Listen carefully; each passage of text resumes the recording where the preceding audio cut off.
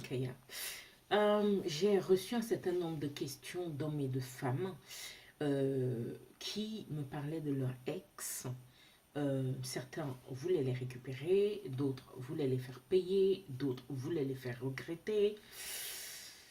Et donc, c'était que faire, maître?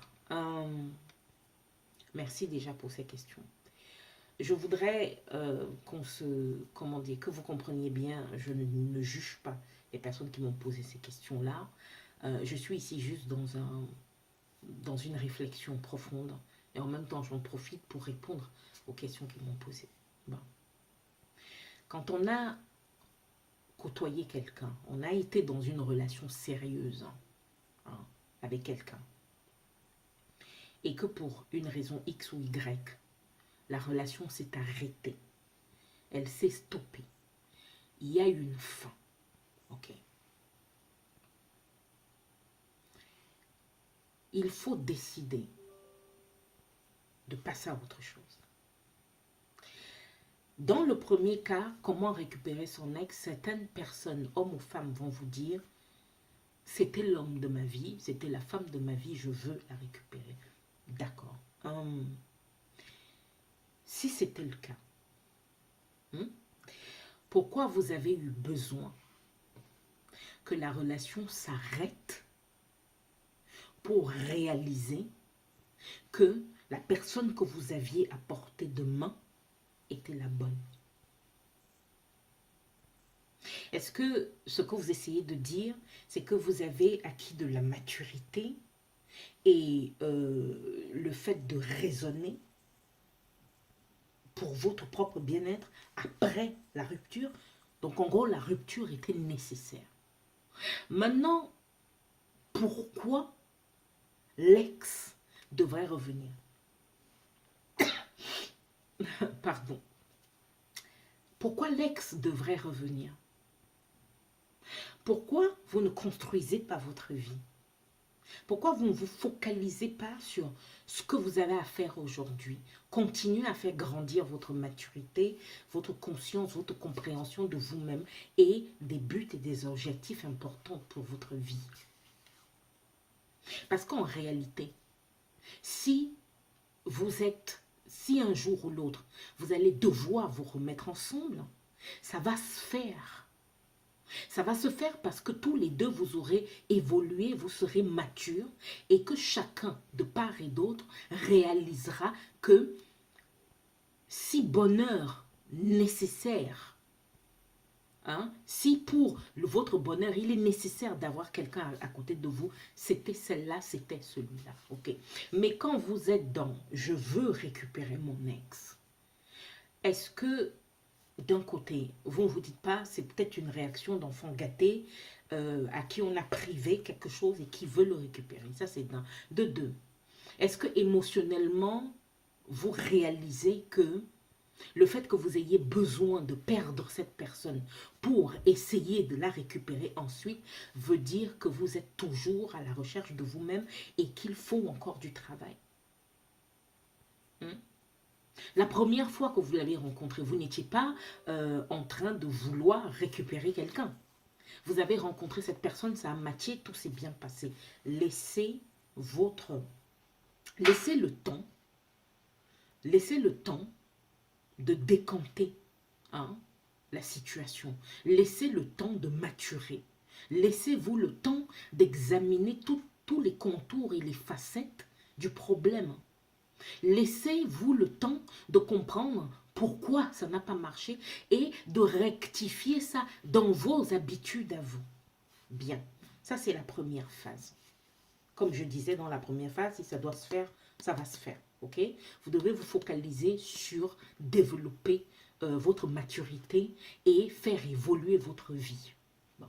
Le deuxième cas, quelqu'un qui vous dit « je veux faire payer mon ex » ou « je veux faire regretter mon ex ». Bon, sérieusement, vous n'avez rien d'autre à faire que de chercher à rester stocké dans le passé, à rester enfermé dans votre colère, vos regrets et à rester enfermé dans cette façon de ressasser au point de chercher à faire regretter ou comment dire, à mettre en colère votre ex. Si vous avez besoin de faire ça, c'est que finalement, votre ex, lui, il a été libre, mais vous, vous ne l'êtes pas. Et vous choisissez de rester accroché à quelque chose. Parce que même si votre ex vous a fait du mal, ok, vous êtes libre maintenant. Construisez quelque chose. Je sais que c'est dur émotionnellement parce que vous avez peut-être encaissé certaines choses. Mais dans un couple qui a des problèmes, où on a dû se séparer, il n'y a pas qu'une seule personne qui est responsable des situations malheureuses du couple. Vous êtes les deux co-responsables. Alors, le travail à faire sur soi-même, le travail d'amour propre, le travail de guérison, le travail de contrôle de ses émotions, le travail d'analyse qui est nécessaire, le travail d'évolution qui est nécessaire. À ce que vous soyez une femme accomplie, un homme accompli, que vous soyez une future partenaire accomplie qui vaut le coup, ou un futur partenaire, ça doit passer avant tout le reste. Maintenant, si vous tenez vraiment à vous venger ou à le faire regretter ou là, voilà, vous devez comprendre une chose. C'est contre-productif. Vous allez perdre du temps. Si vous y arrivez, vous allez avoir une satisfaction qui va durer 2 secondes. Mais après ça, vous aurez perdu du temps pour rien.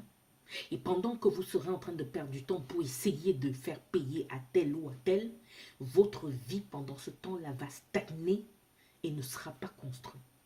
Or, ces quelques heures, jours, mois, années que vous allez passer à ruminer là-dessus, vous aurez pu faire autre chose, construire une société, avoir de nouvelles connaissances, créer quelque chose de nouveau, trouver un nouveau partenaire qui vous sied mieux que l'ancien, être plus équilibré, apprendre à vous connaître, rester célibataire pendant un moment pour découvrir qui vous êtes réellement, ce que vous valez et qu'est-ce que vous êtes prêt à accomplir, quels sont vos buts, qui vous êtes.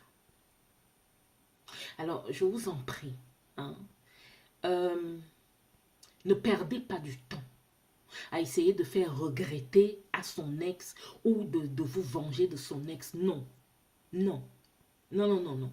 Si vous voulez vous faire belle, faites-vous belle pour vous. Ne le faites pas parce que quand il ou elle va me voir, il regrettera de m'avoir laissé partir. C'est vous qui n'allez pas bien. Et si votre ex est dans la même position, alors je suis désolée, il y a un gros problème ici, là. Si vous pensez comme ça, il y a du travail à faire. Il y a beaucoup de travail à faire.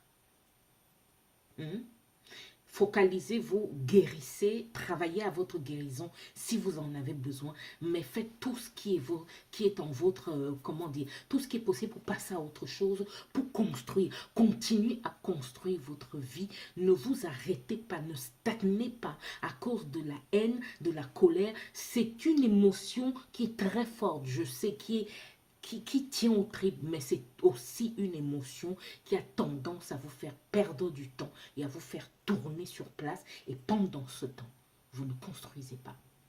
Si vous tenez à utiliser la colère que vous ressentez, utilisez-la, cette colère, pour construire quelque chose de mieux qui va vous faire lifter vers le haut. Vous faire gagner beaucoup plus d'argent avec un nouveau projet, une nouvelle société, une nouvelle situation, quelque chose de nouveau. Hein?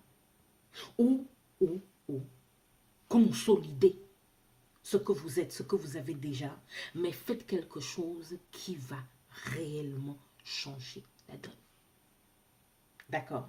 Bien. Merci beaucoup pour ces questions. Madame Kaya, prêtresse sexuelle, n'oubliez pas de vous abonner, de liker et de poser vos questions.